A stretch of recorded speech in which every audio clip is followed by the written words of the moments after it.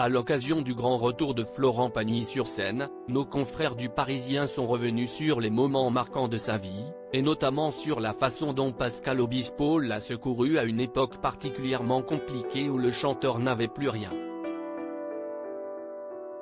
En avril dernier, l'autobiographie de Florent Pagny, intitulée Pagny par Florent, paraissait dans les librairies. Dans cet ouvrage, le chanteur, qui s'apprête à faire son grand retour sur scène, après de longs mois d'absence due au traitement de son cancer, a fait le point sur sa vie. De sa tendre enfance à ses premiers succès dans la chanson en passant par ses idylles qui ont déchaîné les tabloïds de l'époque, l'artiste a joué la carte de la transparence et de la sincérité. Et dans ces quelques pages, le papa d'un KAL a également évoqué les nombreuses polémiques à son égard, mais surtout, ses difficultés financières passées. Mais heureusement, Florent Pagny s'en est sorti, notamment grâce à l'aide de ses proches et de certaines personnalités du milieu, telles que Pascal Obispo.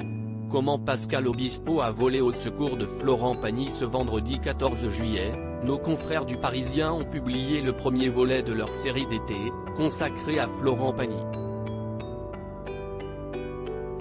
Dans ce premier chapitre, les lecteurs ont été ramenés 20 ans en arrière, au début des années 2000, lorsque les problèmes de Florent Pagny avec le fisc ont été révélés au grand public.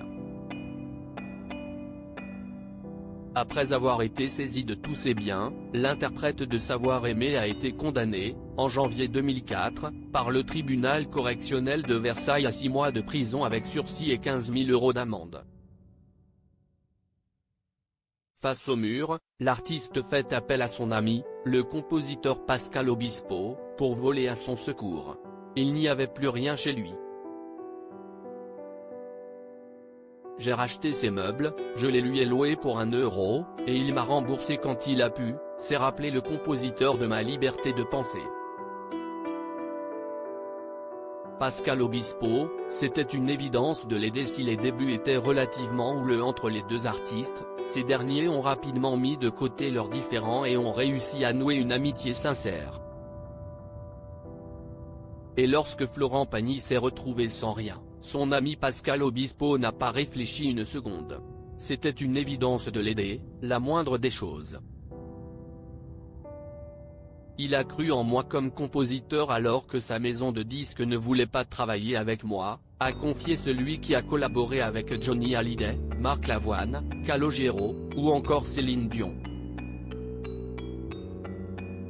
D'ailleurs, les deux amis ont réussi à faire de cette affaire judiciaire un véritable succès de la chanson française, en composant, avec le parolier Lionel Florence, le titre Ma liberté de penser, sorti en 2003. Article écrit avec la collaboration de 6 médias.